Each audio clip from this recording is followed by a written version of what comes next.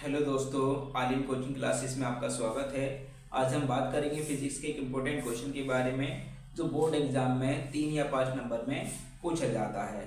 इस क्वेश्चन को हम बहुत ही सरल तरीके से कराने का प्रयास करेंगे और अगर आपको वीडियोज अच्छी लगे तो प्लीज़ चैनल को सब्सक्राइब करना ना भूलें। ये गॉस के प्रमेय का एक अनुप्रयोग है, देखिएगा। इसमें माना एक चालक तार, सबसे पहला कार्य करेंगे कि माना इसमें एक चालक तार है और चालक तार पर प्लस क्यू आवेश हम वितरित कर देते हैं। चालक तार पर हमने क्या किया, प्लस क्यू आवेश वितरित कर दिया। अब चालक तार से स्मॉल आर मीटर की दूरी पर, चालक तार से हमने क्या किया, एक स्मॉल आर मीटर की दूरी पर एक बिंदु P मान लेते हैं। क्या करते हैं, एक बिंदु यहाँ पर हम P मान लेते हैं। इस बिंदु P पर वैद्युत क्षेत्र की तीव्रता हमें ज्ञात करनी है। देखिएगा, सबसे पहले हम क्या करेंगे, हमें गॉस के प्रमेय का अनुप्रयोग है। गॉस के प्रमेय की सहायता से ही हमें वैद्युत क्षेत्र की तीव्रता निकालनी है।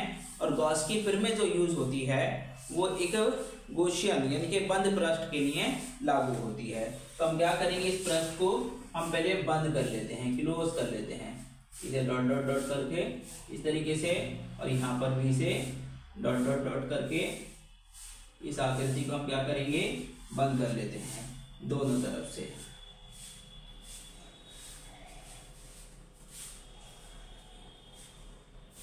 यह आकृति जो है एक बेलन का रूप बन जाता है इससे। और हम सबसे पहले एक थ्योरी लिखेंगे कि माना स्मॉल आर मीटर की दूरी पर एक बिंदु P पर वैद्युत क्षेत्र की तीव्रता ज्ञात करनी है और चालक तार की जो लंबाई है वो स्मॉल l है। चालक तार की लंबाई स्मॉल l है, ठीक है। अब लिखेंगे रेखीय आवेश घनत्व, रेखीय आवेश घनत्व, रेखीय आवेश घनत्व। रेखीय आवेश घनत्व क्या होता है कि प्रति एकांक लंबाई पर वितरित आवेश, प्रति एकांक लंबाई पर वितरित आवेश को हम क्या कहते हैं, रेखीय आवेश घनत्व कहते हैं, ठीक है। देखिएगा, इसे हम लैम्डा से प्रदर्शित करते हैं, लैम्डा बराबर Q अपॉन L। त्रिची गुणा करेंगे तो Q बराबर लैम्डा L आ जाएगा, ठीक है।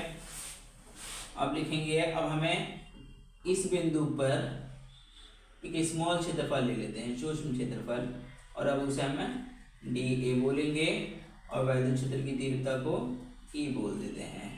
वैद्युत क्षेत्र की तीव्रता और सूक्ष्म क्षेत्रफल के बीच में जो कोण बनेगा थीटा बराबर 0 डिग्री का कोण बनेगा, ठीक है।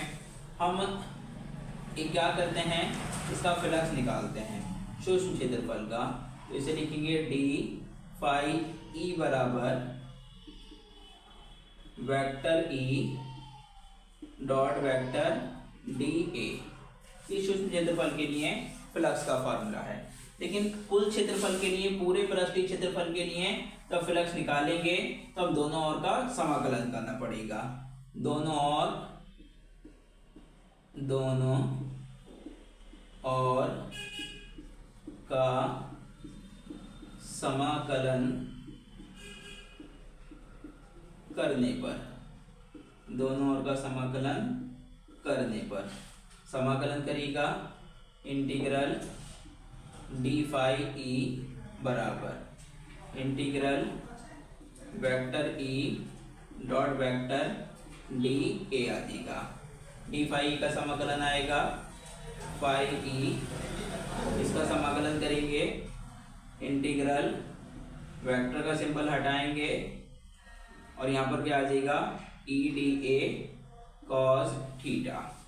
फाई E बराबर यहाँ पर लिखेंगे, अब इनके बीच में जो कोण बन रहा है E और dA के बीच में वो 0 डिग्री का कोण है, तो इसे लिखेंगे E dA cos 0।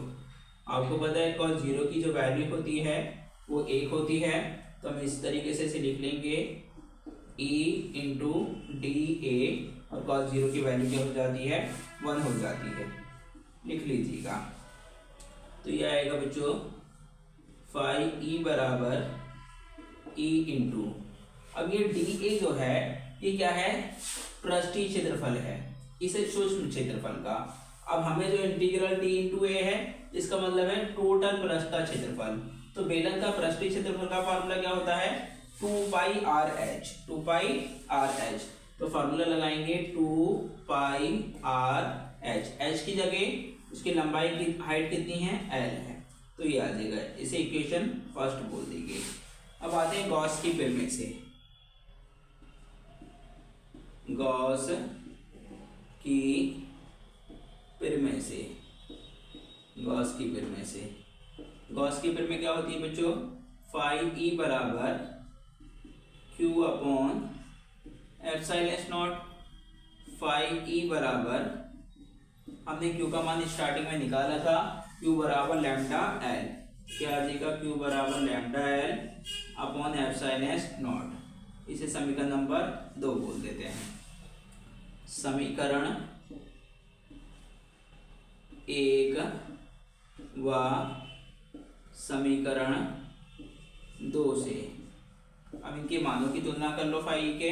तो समीकरण 1 में फाई का मान कितना है, ई इंटू 2 पाई आर एल, और इसमें मान कितना है, lambda L upon epsilon not. L से एल कैंसिल आउट हो जाएगा, ई बराबर ये मान बटे में आएगा 2 पाई आर, और ये एप्सिलॉन नॉट से गुणा करेगा, तो इसे हम ऐसे भी लिख सकते हैं 2 पाई एप्सिलॉन नॉट और लैम्डा अपॉन आर। ये जो है रेखीय आवेश के लिए किसी बिंदु पर विद्युत क्षेत्र की तीव्रता का व्यंजक आ जाता है।